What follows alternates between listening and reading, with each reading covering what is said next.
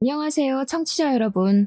저는 30대를 한창 달리고 있는 여자로 최근에 알던 일을 확 뽑아버린 사건을 겪고 속이 시원해져서 사연을 공유해보고자 이곳을 찾아왔습니다.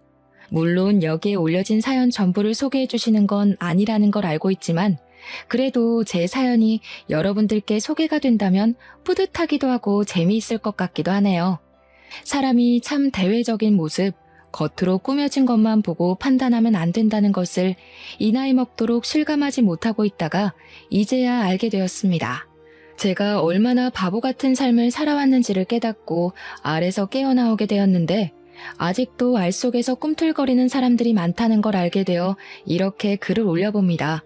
저처럼 알 밖으로 나오는 게 무서우신 분들이 있다면 부디 제 사연을 들어주시고 두려움을 이기고 그 자리를 박차 나오시길 바랄 뿐이랍니다. 도대체 어떤 일을 겪었길래 이렇게 비장하게 말을 하나 싶으시죠? 지금부터 제 사이다 같은 사연 목구멍으로 꼴깍 넘기실 수 있도록 이야기를 시작하겠습니다. 끝까지 저와 함께 달려주시면서 마지막에 저에게 꼭 잘했다, 용감하다 한마디씩 해주신다면 더할 나위 없이 기쁠 것 같습니다. 그럼 저의 제정신 아닌 시댁, 다시 한번 엉덩이를 발로 차주고 싶은 그 가족들의 이야기를 시작해 보도록 하겠습니다. 저는 어릴 적부터 부족함 없이 하고 싶은 건 뭐든지 할 수 있게 해주시는 부모님 밑에서 자라 구김살 없어 오냐 오냐 예쁘다는 소리만 들으면서 자랐습니다. 부모님께서는 그 어떤 사랑보다 더 귀한 사랑을 주시면서 저의 몸도 마음도 다치지 않게 보살펴 주시면서 저를 키우셨습니다. 저희 집은 상당히 재력이 있는 집안이었기 때문에 어릴 때부터 저는 가지고 싶은 것과 하고 싶은 것들을 부족함 없이 채우며 건강하게 자랄 수 있었습니다. 하지만 공부에는 그다지 재능이 없었기 때문에 부모님께서는 저에게 일찌감치 악기를 하나 가르쳐 주시기 시작하셨습니다. 남들 다 거쳐가는 피아노로 시작했지만 피아노는 재미가 없어서 그만두었고 어머니를 따라서 바이올린을 전공하게 되었습니다. 저희 어머니께서는 오랜 시간 바이올린을 연주하셨고 대학 강단에서 강의도 하셨던 재능이 출중한 분이셨기 때문에 저 또한 어머니를 따라 바이올리니스트가 되었습니다. 하지만 어머니처럼 거창하리만큼 실력이 대단하여 알아주는 전공자는 아니었고 그럭저럭 중간은 하는 연주자였는데 운이 꽤 좋았습니다. 제가 바이올린으로 엄청난 성공을 거두지 않아도 먹고 사는 데엔 문제가 없을 정도로 저희 집이 넉넉한 편이었거든요. 어머니네 집안이 대대로 부동산으로 부를 쌓아 오신 집안이었고 아버지께서는 국내 항공사의 임원직을 맡아 일을 하고 계셨기 때문이었습니다. 어머니의 집안에서는 평생 먹고 사는데 부족함이 없을 부를 쌓으셨기 때문에 저희 가족은 경제적인 여유로움에서 자유를 얻으며 살고 있었습니다. 저희 부모님의 걱정은 오로지 저 하나였는데 제가 사춘기를 지낸 이후부터 부모님께서는 세상에 월급쟁이만큼 안정적인 사람도 없다며 그런 남자를 만나라고 하셨습니다. 집으로 월급을 또박또박 가져다주는 직장에서 일을 하고 있는 사람을 만나라고요. 물론 부모님께서 말하는 직장이 평범한 기업은 아니긴 했지만요. 제가 대학을 졸업한 이후부터는 하루빨리 가정을 이뤄 평범하게 일상을 보내면서 살길 바라셨습니다.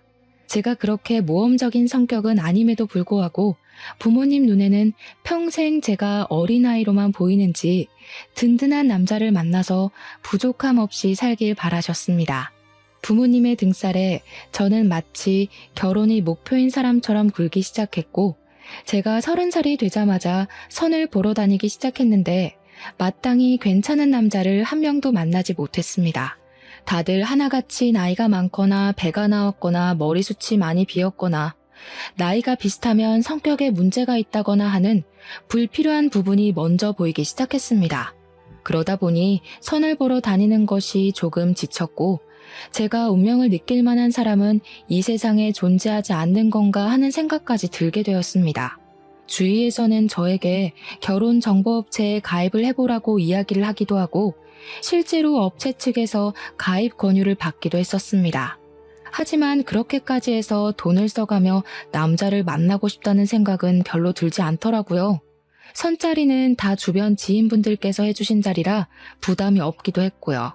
결혼정보업체는 마치 저를 포장해서 선물 가게에 진열해 놓는 듯한 느낌이 들어서 별로 내키지가 않았습니다.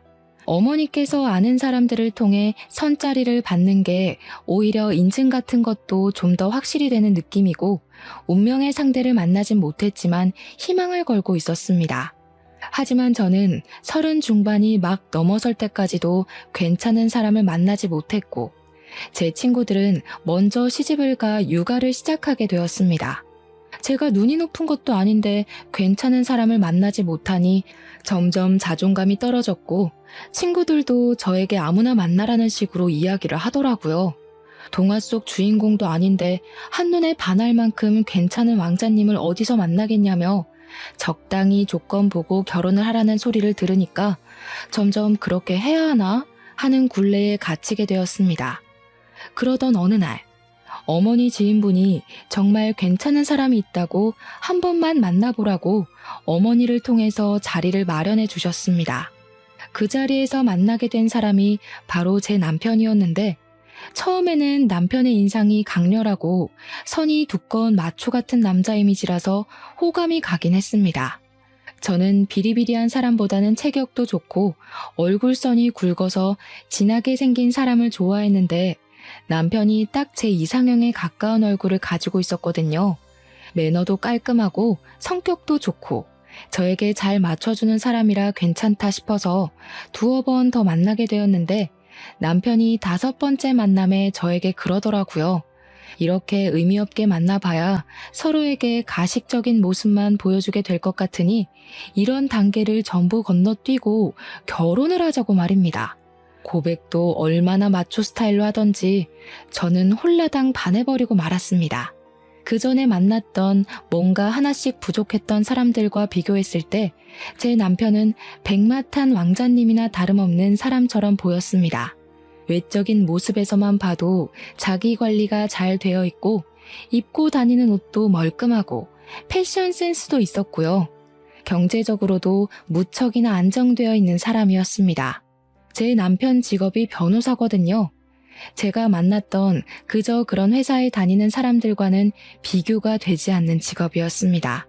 이 남자보다 괜찮은 남자가 나타날까 고민도 되었고 제 나이가 35살을 넘어가는 시점이었기 때문에 조바심이 나기도 했고요.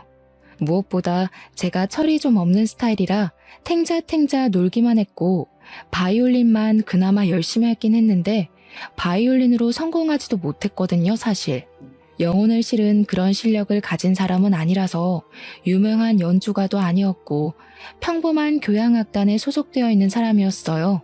남편은 저에게 저 하나 먹여 살릴 능력은 되니까 같이 살자고 이야기를 하는데 우리 집에서도 제가 빨리 결혼을 하길 바라기도 했고 친구들도 그렇고 그냥 충동적으로 결혼합시다 하면서 고개를 끄덕이게 되었습니다. 결혼을 하기로 했다고 집에 이야기를 하니까 당연히 부모님께서는 너무나도 좋아하셨죠. 거기다가 직업이 변호사라고 하니 평생 돈 걱정은 없겠다고 하셨고요. 남편이 저희 집에 찾아와서 인사를 드리는데 아버지께서도 법조계 쪽으로 아는 분들이 꽤 많으셨기 때문에 남편에게 이것저것 물어보셨습니다. 자네는 어디 로펌에서 일을 하고 있나? 상속 전문? 기업 전문? 아니면 기업에 소속된 변호사인가? 아니요. 저는 땡땡 변호사 사무실에 있습니다. 아버지는 처음 듣는 로펌 이름인지 고개를 갸우뚱하시면서 어디에 있는 로펌이냐며 대표가 누구냐 이런 질문을 하셨는데 남편이 뻔뻔하게 대답을 하더라고요. 본인 대학 선배가 대표로 있는데 같이 하자고 해서 다른데 취업하기도 어렵고 그냥 거기 들어가서 사건이 들어오면 수임료 챙기면서 일을 하고 있다고 했습니다.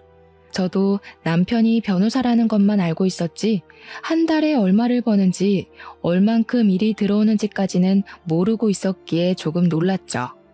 남편은 거기서 말을 아끼지 않고 변호사들도 좋은 로펌에 가야 돈을 많이 버는데 자기는 그런 급은 아니라면서 며칠 동안 사건이 없는 날도 있어요 하면서 웃는 게 아니겠습니까?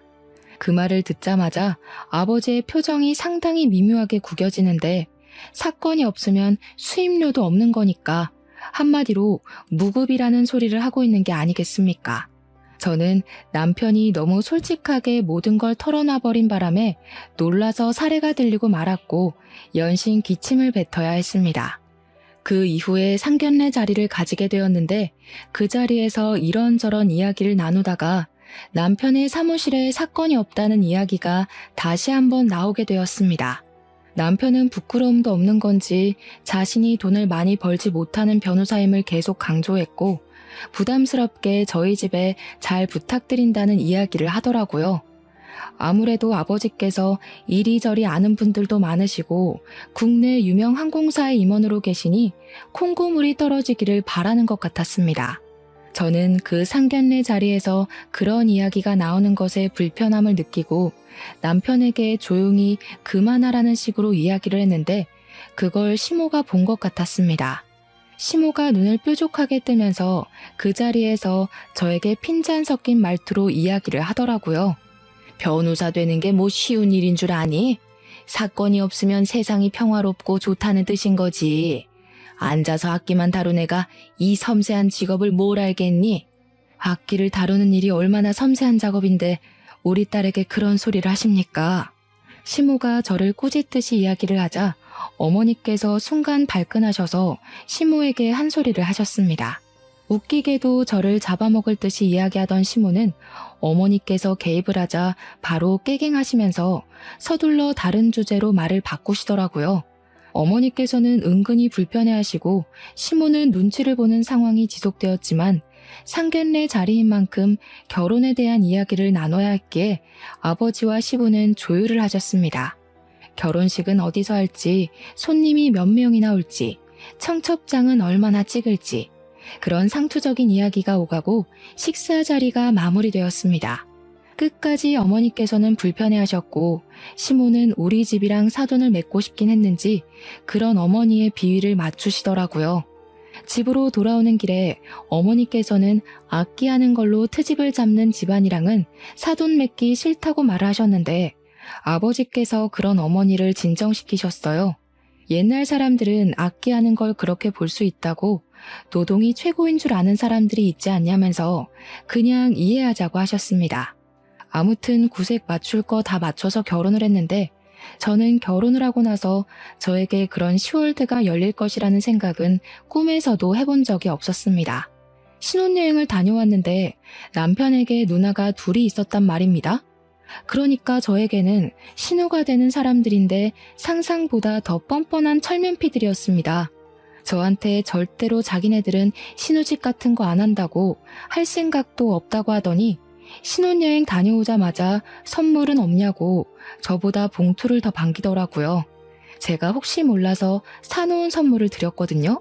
면세점에서 사온 보디 제품이랑 립스틱을 드렸는데 엄청 실망한 얼굴로 저한테 이게 전부냐고 물어보더라고요.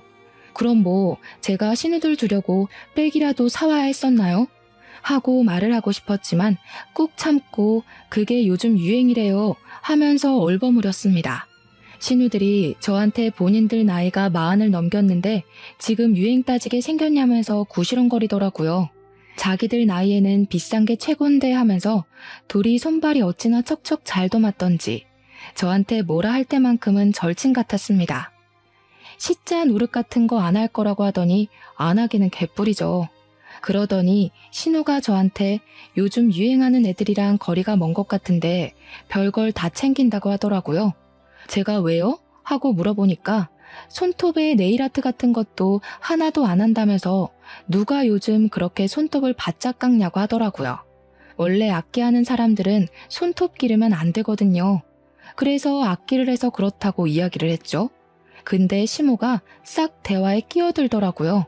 손톱에 그 번쩍이고 그런 거 안 발라서 얼마나 좋니? 매니큐어 같은 거 바르면 쌀알 씻다가 들어갈지도 모르고. 우리 아들이 그런 밥 먹으면 안 되지. 그 말 듣자마자 손톱에 매니큐어를 잔뜩 바르고 싶어지더라고요. 어쩜 말을 해도 저렇게 기분 나쁘게 말을 할 수 있는지 참. 아무튼 쎄한 기분을 안고 신혼생활을 시작했는데 남편이 변호사 사무실에 출근을 했다가 안 했다가 들쑥날쑥 일을 하더라고요.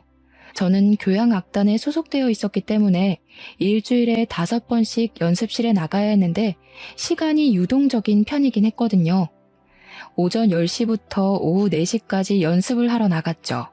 근데 변호사면 저보다 당연히 바빠야 정상인데 너무 집에서 놀고 있길래 일 안 나가냐고 물어봤더니 폰게임이나 하면서 대꾸를 하더라고요.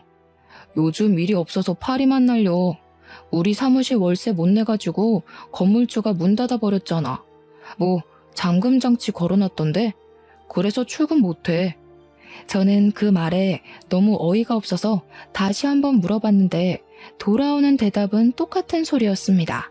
변호사 둘이서 일을 얼마나 안 하면 사건 수임이 들어오지 않아서 월세도 못 내고 쫓겨나 집에서 휴대폰 게임이나 하고 앉아있단 말입니까? 변호사식이나 되어서 그런 일도 법으로 어떻게 못한다는 게 너무 바보 같고요. 물론 월세를 못 낸 게 저 사람이니까 뭐라고 해도 어쩔 수 없는 일이지만요. 진짜 빚 좋은 개살구라는 말이 딱 우리 남편에게 어울리는 말이지 않겠습니까? 저한테 슬쩍 눈치를 보면서 장인어른한테 말 좀 해주면 안 되나 하더라고요. 한마디로 월세를 우리 아버지 보고 대신 내달라고 부탁이라도 드리고 싶다는 소리였습니다. 월세를 내야 자기들도 사건 수임을 받지 않겠냐면서요. 결혼한 지 3개월밖에 되지 않았는데 돈 타령을 하니까 저도 너무 당황스러워서 아버지에게 말을 해야 하나 말아야 하나 고민을 하다가 부탁을 드렸습니다. 그러니까 아버지께서 화들짝 놀라시면서 월세를 못 낼 정도로 사건 수임이 안 되는 사무실이냐고 차라리 국선을 하라고 하지 하시는 거예요. 남편에게 이야기를 하니까 머리를 벅벅 긁으면서 국선도 나쁘진 않은데 인식이라는 게 있지 않겠냐고 말을 하더라고요. 국선 변호사 하면 약간 공짜 변호사 같은 느낌이 있잖아. 나중에 수임료도 후려치기 당한다고 뜬 소문도 많고 당장 월세도 못 내는 주제에 이거저거 따지는 꼴이 한심해 죽겠더라고요. 아무튼 아버지께서 도와주신 덕분에 다시 사무실 운영을 시작했습니다. 그러고 나서 어버이날이 되어서 시댁에서 밥이나 먹자고 하시길래 남편이랑 같이 시부를 모시고 식당을 갔는데 시모의 표정이 엄청 언짢아 보이는 겁니다. 왜 그런가 저도 눈치만 살살 보고 있었는데 제가 선뜻 시모에게 말을 걸지 않자 시모가 먼저 이야기를 하더라고요. 며느리식이나 되어서 일찍 와서 식사를 차려줄 생각은 안 하고 밖에서 사 먹을 생각밖에 안 하니? 우리 아들이 벌어온 돈을 그렇게 물쓰듯이 쓰는 거야? 아니, 제가 무슨 남편 월급으로 사치를 하고 있으면 할 말이 당연히 없겠지만 저희 집에서 남편 사무실 밀린 월세까지 갚아준 마당에 그게 무슨 소리랍니까? 제가 어이가 없어서 입을 떡 벌렸죠. 거기다가 이 비싼 곳에서 밥을 먹게 된 이유가 시부가 밖에서 비싼 밥 먹고 싶다고 노래를 부르셔서 예약까지 해서 온 것이었습니다. 제가 원해서 온 것도 일방적으로 정한 것도 아닌데 시모가 다 제가 게을러서 밥 차리기 싫어서 여기 온 거라고 치부해버리니까 서운하더라고요. 저도 입이 뚫려 있는데 삼키는 건 아니다 싶어서 시부가 여기 오고 싶다고 노래를 불러서 온 거라고 톡 쏘아붙였죠. 그러니 시모가 저한테 자기는 며느리가 차려준 밥이 먹고 싶다고 하시는 겁니다. 그때 우연치 않게 시간이 맞아 늘러붙은 신우가 그러더라고요. 엄마, 무슨 말을 그렇게 해? 올케가 형석이네 사무실 월세도 냈다고 하던데. 엄마가 이러면 형석이한테 좋을 거 하나도 없어. 웬일로 첫째 신우가 제 편을 들어주면서 이야기를 하는데 괜히 고맙고 그렇더라고요. 하지만 이 모든 것이 사건의 빌드업이 될 거라고는 상상도 하지 못했죠. 불편한 식사 자리가 끝나고 집에 가려는데 첫째 신우가 저를 붙잡더라고요. 올케네 아버지가 국내 항공사 임원이라고 하셨지? 내가 다른 건 아니고 이번에 우리 시댁이랑 같이 해외여행을 가거든. 좌석 업그레이드 좀 해주라고. 그게 가족 한정이라서요. 아마 안 될걸요? 어머, 임원 백이라는 게 있잖아. 그리고 나랑도 올케랑 가족으로 묶인 사이 아니야? 부탁 좀 할게. 전부 다 꿍꿍이가 있어서 제 편을 들어주는 척했던 것이었습니다. 저는 이건 아니다 싶어서 안 될 것 같다고 우리 아버지께서 부탁을 한다 해도 규정이라는 게 있다고 말을 했습니다. 보통 저 정도로 말을 하면 다들 포기를 하고 알겠다고 하는데 신우는 정말 끈질기게 말을 하더라고요. 그럼 어떡해? 내가 시댁에 이미 다 자랑해놓고 비즈니스 좌석에 모시겠다고 했는데. 그럼 올케가 사비 들여서 업그레이드 해줘. 나도 체면이라는 게 있는데 이게 다 올케 탓이잖아. 아니 신우, 이런 식으로 일방적으로 통보를 하는 법이 어디 있어요. 저한테 물어보고 하신 것도 아니고. 제가 왜 사비를 써서 신우 시댁 자리를 업그레이드 해드려요? 그러니까 신우가 저한테 애원을 하기 시작하는데 이미 시댁에 자랑 다 해놨다. 시부모는 비싼 좌석 타는 줄 안다. 자기 체면 좀 살려줘라. 온갖 말을 다 하더라고요. 때를 쓰고 박박 우기기도 하고 피곤해서 뿌리치고 가려고 하는데 식당 주차장에서 실랑이를 벌이고 있으니 시모가 다가오셨습니다. 너네 왜 그러냐고 무슨 일이냐고 하는데 신우가 선수를 쳐서 지한테 유리하게 이야기를 하는 게 아니겠습니까? 마치 제가 되는 걸 안 되는 것처럼 한 것 마냥요. 사돈 어른한테 비행기 좌석 업그레이드 좀 해달라고 부탁했더니 안 된다고 제가 단칼에 잘랐다고요. 아니, 앞뒤 사정 다 빼고 그렇게 이야기를 하면 어떡합니까? 그런 걸로 유세를 떠내 만회하는데 제가 어이가 없어서 이대로 넘어가면 호구 잡히겠다는 생각이 들었죠. 한 번이 어려운 거지 이런 부탁은 한 번 들어주면 두 번, 세 번 부탁하게 되기 마련이거든요. 제가 언제 유세를 떨었어요? 신우가 먼저 통보하듯이 저한테 말한 거잖아요. 이러시면 저도 곤란하죠. 그러니까 시모가 혀를 끌끌 차면서 임원이라고 우스대더니 이런 거 하나 못 해주는 거냐고 시댁 부탁이면 자다가도 일어나서 해줘야 하는 거 아니냐고 하더라고요. 그 말에 진짜 사상이 엿보이고 저희 집을 무시하는 처사라는 게 느껴져서 저도 발끈했습니다. 무슨 시댁이 갑이고 제가 을도 아닌데 제가 왜 그래야 해요? 부부는 평등한 관계예요, 어머님. 그러니까 시모가 제 등짝을 찰싹 소리가 나게 치더니 남자랑 여자랑 어떻게 같을 수가 있냐고 하는 게 아니겠습니까? 억울하면 남자로 태어나래요. 그걸 옆에서 지켜보는 남편은 꿀먹은 벙어리가 되어서 딴청이나 부리고 휴대폰이나 보고 있고요. 배신감까지 느껴지더라고요. 바짝 고개 숙이고 부탁을 해도 모자랄 판에 당당하게 나오니까 진짜 해주기 싫더라고요. 저는 이런 부탁 못 들어드립니다. 저희 아버지는 공정하게 회사 일을 하시는 분이에요. 회사에도 규율이라는 게 있습니다. 그럼 어떡해? 나 이미 시댁에 설레발이란 설레발은 다 쳐놨는데 돈도 없단 말이야. 제가 발을 동동 구르는 신우를 보고 남편 옆구리를 쿡 찌르니까 그제야 신우한테 미리미리 말을 해줬어야지 장인한테 부탁하기 어렵다고 하며 한마디 거들더라고요. 그러자 시모가 눈을 세모나게 뜨면서 장인어른이 그깟 월세 한번 내줬다고 눈치라도 주는 거냐면서 남편에게 다그치듯이 이야기를 하는데 가관이었습니다. 본인은 그깟 월세 한번 도와준 적 없으면서 말은 똑바로 해야지. 도와준 사람은 전데 왜 욕을 먹는 것도 제가 되어야 하는지 이해를 할 수가 없었습니다. 남편이 제 표정이 점점 굳어지니까 그런 거 아니라고 그냥 그런 부탁을 한다는 것 자체가 어려운 거라고 하더니 저한테 집에 가자고 하더라고요. 남편도 더 이상 이야기를 해봐야 좋을 게 없다고 판단을 한 건지 자리를 서둘러서 정리하려고 했습니다. 차에 타서 집으로 오는 내내 제 표정이 한껏 구겨져 있었는데 남편은 눈치까지 밥 말아먹은 건지 나 잘했지? 이러고 있더라고요.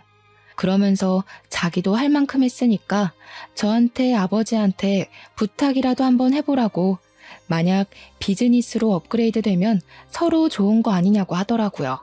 저는 욕만 먹었는데 도대체 서로 좋은 거라는 소리는 어디서 나오는 건지 남편한테도 아버지께 그런 부탁드리는 거 눈치 보이고 싫다고 했더니 남편이 입을 다물더라고요. 그런데 며칠 뒤에 아버지에게 먼저 연락이 와서는 저에게 항공권 예약 번호를 알려달라고 하시는 게 아니겠습니까? 무슨 소리냐고 되물었더니 아버지가 그러시더라고요.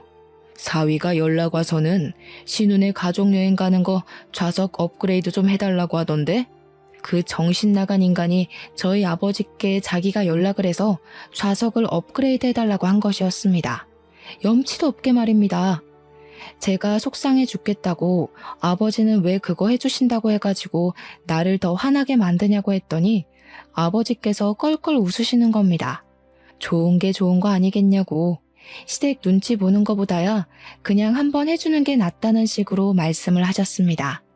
결국에는 신우한테 항공권 예약 번호를 알려달라고 연락을 했더니 저한테 뭐라고 씨부리는지 아십니까? 어차피 이렇게 해줄 거면서 그때는 왜 기분 상하게 안 된다고 한 거야? 앞으로는 부탁하면 바로바로 좀 해줘. 알았지? 비행기 티켓을 그냥 취소시켜버릴까 고민을 하다가 신우 시부모로 보이는 사람 2좌석만 업그레이드를 해버렸습니다. 원래 직원 할인이니 업그레이드니 직계 가족만 가능한 거고 아버지 백으로 임의로 업그레이드하는 건데 그 식구들 전부 다 해줄 수는 없었습니다.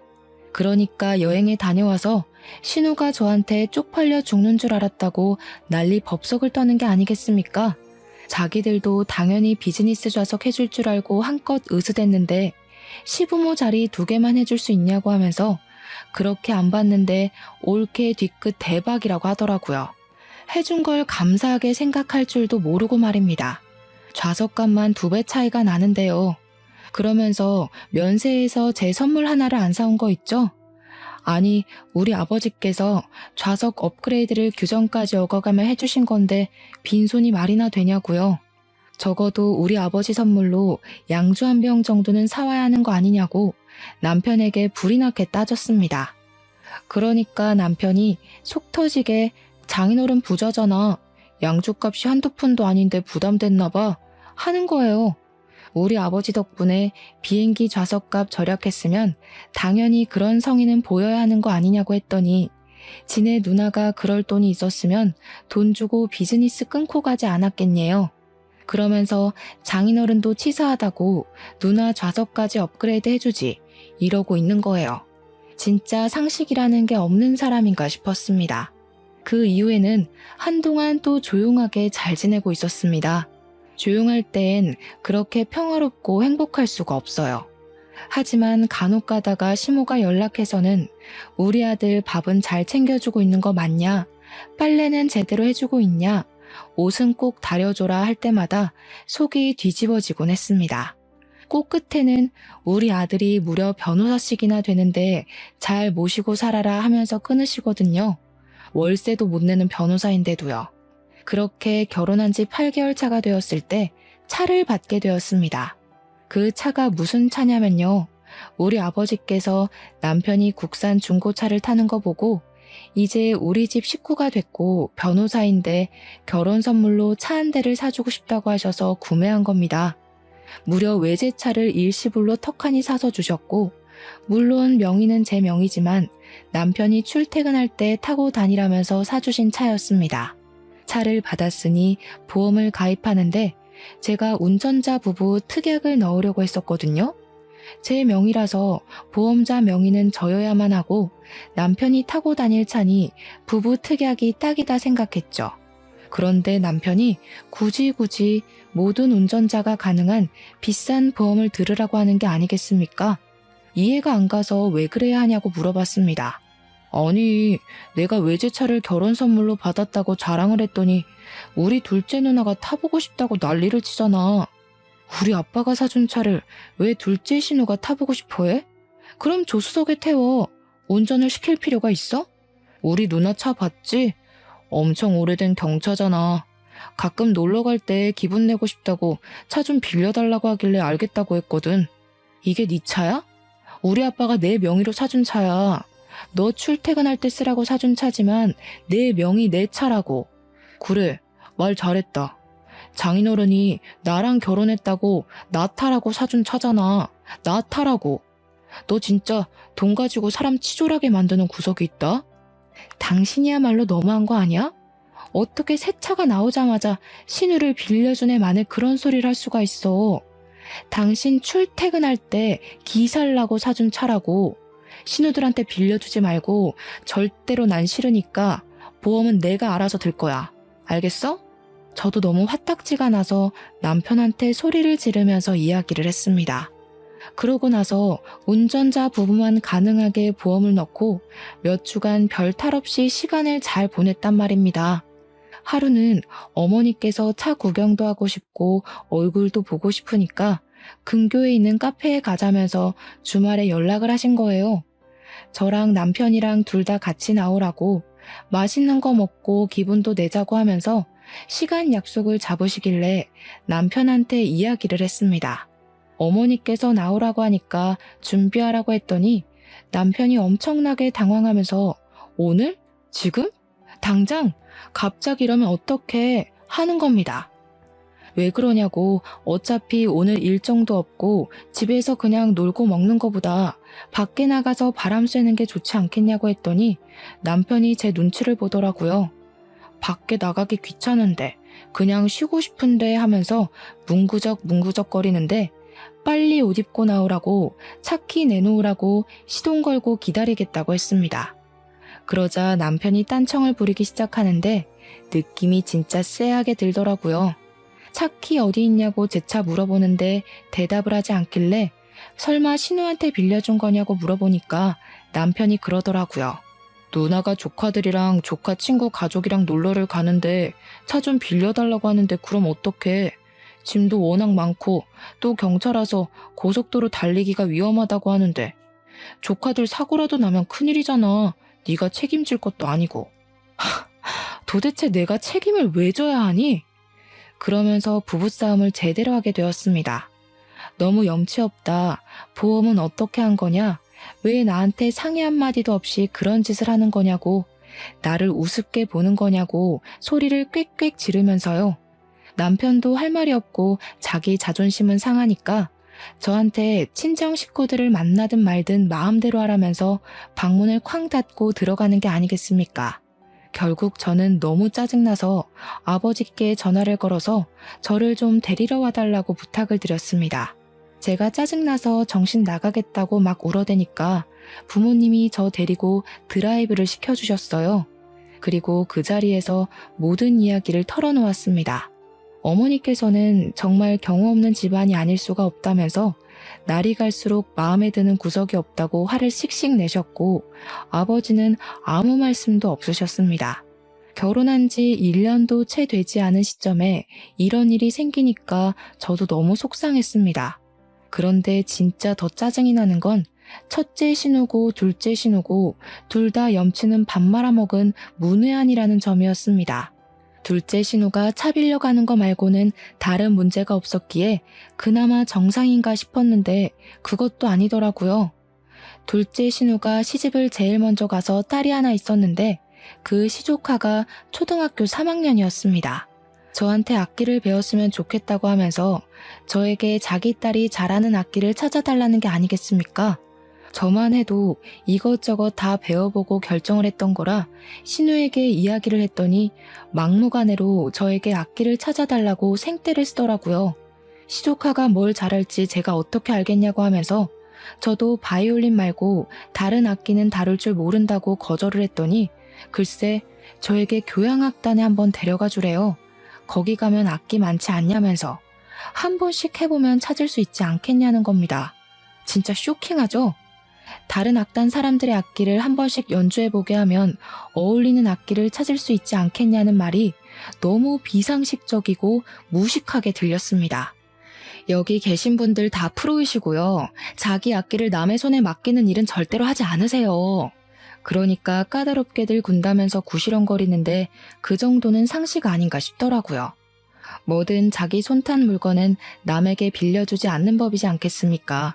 아무튼 악기를 배우고 싶다고 하길래 제가 그럼 바이올린을 배우겠다고 하면 직접 가르쳐 줄 수 있다고 하니까 저한테 쓰다 남은 악기 없냐고 하더라고요. 악기값이 비싸서 얼마나 배울지도 모르는데 돈 주고 사기가 아깝다고 그래서 제가 그냥 딱 잘라서 말을 했습니다. 돈 걱정하실 거면 악기는 하지 않는 게 좋겠다고요. 유지비에 레슨비에 악기값에 돈 엄청 깨지는 일이라고 말입니다.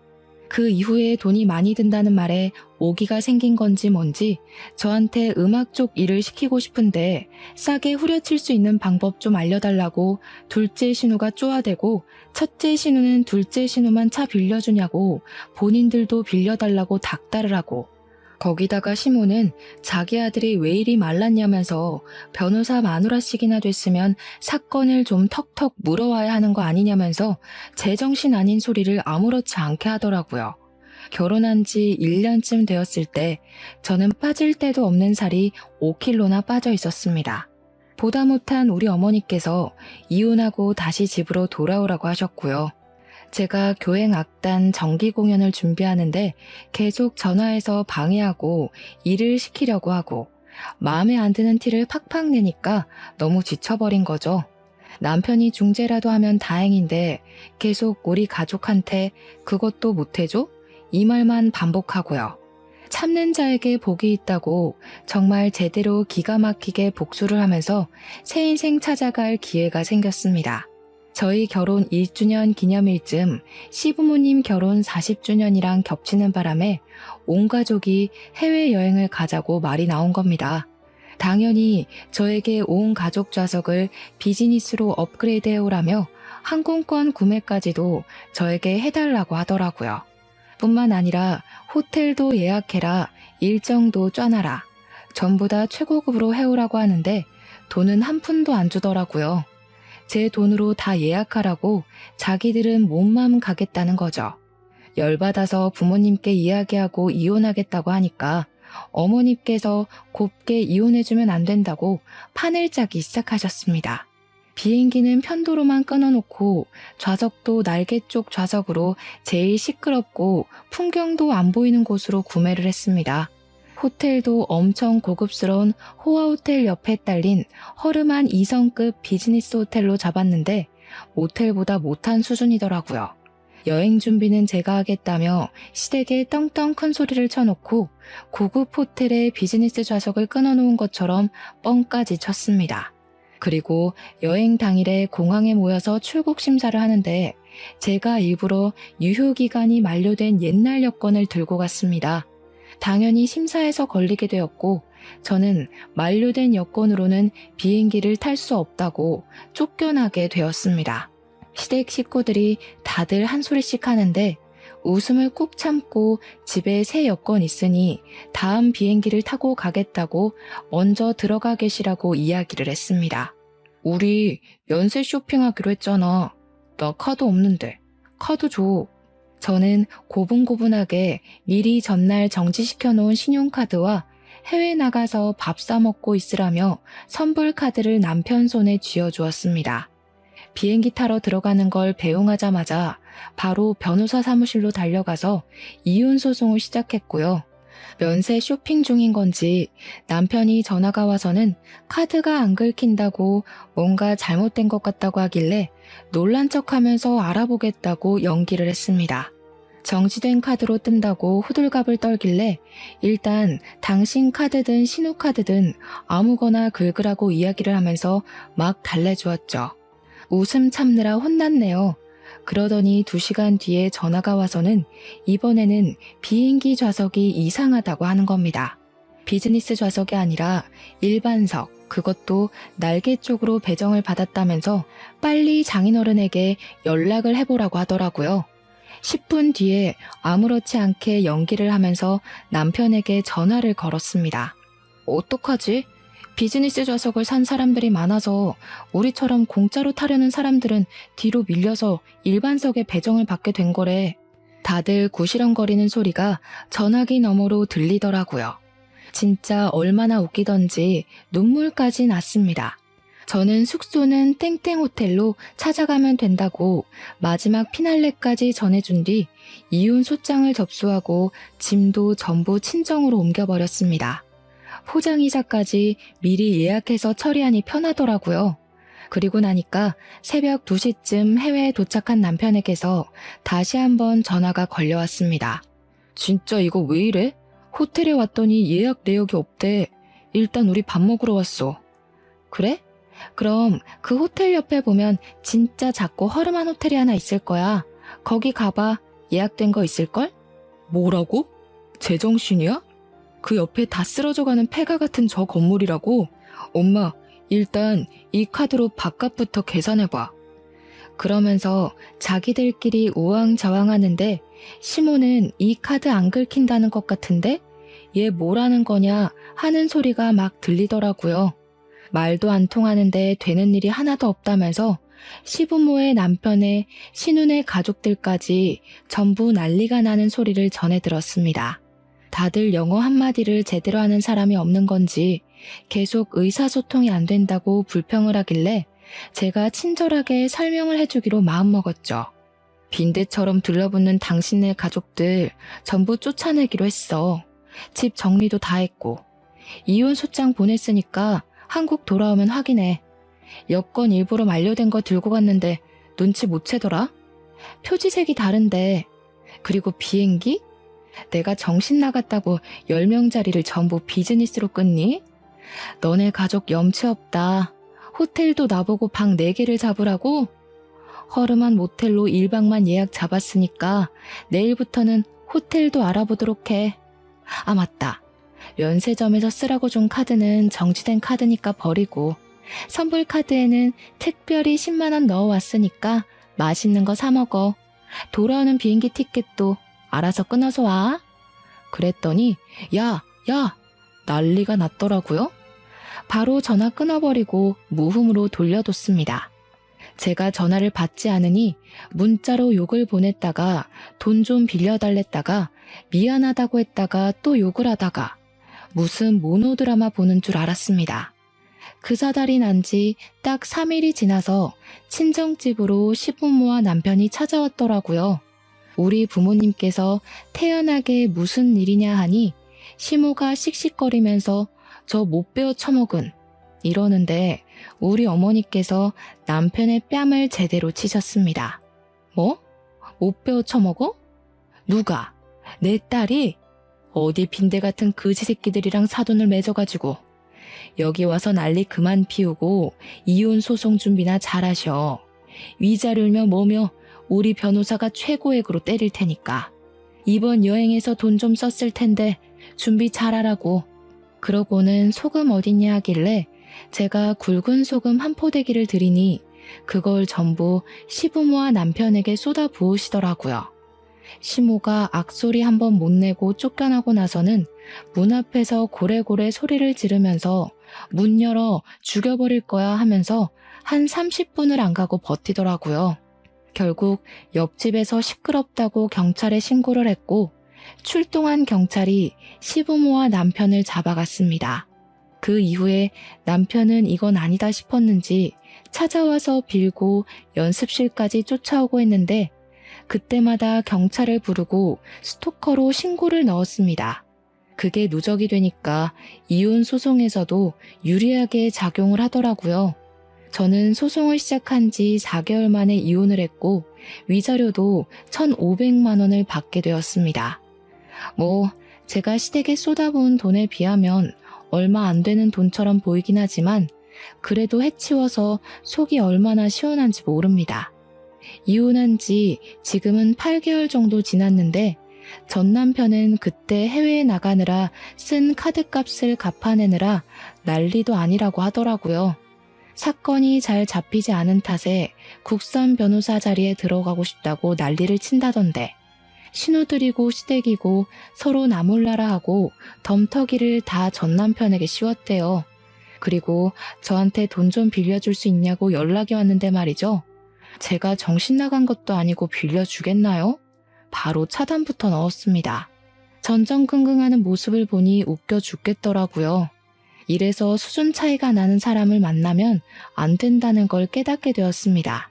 겉모습에 현혹되지 않고 속 알맹이는 보는 사람이 되려고 노력 중인 지금 좋은 사람이 다시 한번 나타나길 바라며 글을 마무리하겠습니다. 길었던 제 사연 들어주신 여러분 정말로 감사합니다.